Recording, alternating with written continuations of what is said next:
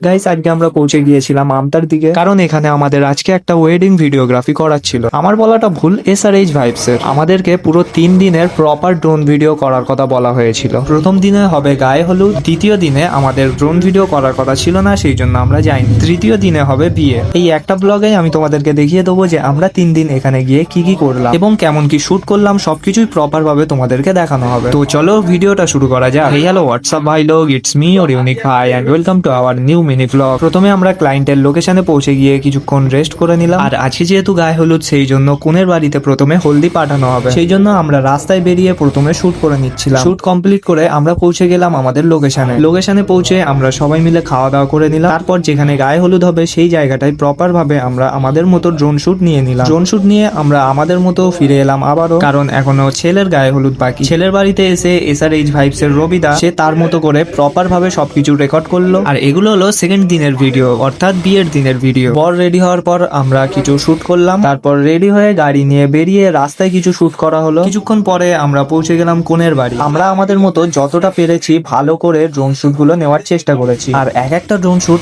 এতটা সুন্দর এসেছে তোমাদেরকে কি বলবো, তোমরা তো আশা করি দেখেই বুঝতে পারছো। SRH ভাই স্পেশালি ড্রোন শুটই করে। তবে তোমরা যদি ওয়েডিং ভিডিওগ্রাফির জন্য ক্যামেরা বলো, সেটাও তোমরা এখানে পেয়ে যাবে। তো যারা যারা ভাবছিলে বিয়েতে ভিডিওগ্রাফি করানোর জন্য, তারা SRH ভাইবস এর সাথে কন্ট্যাক্ট করতে পারো।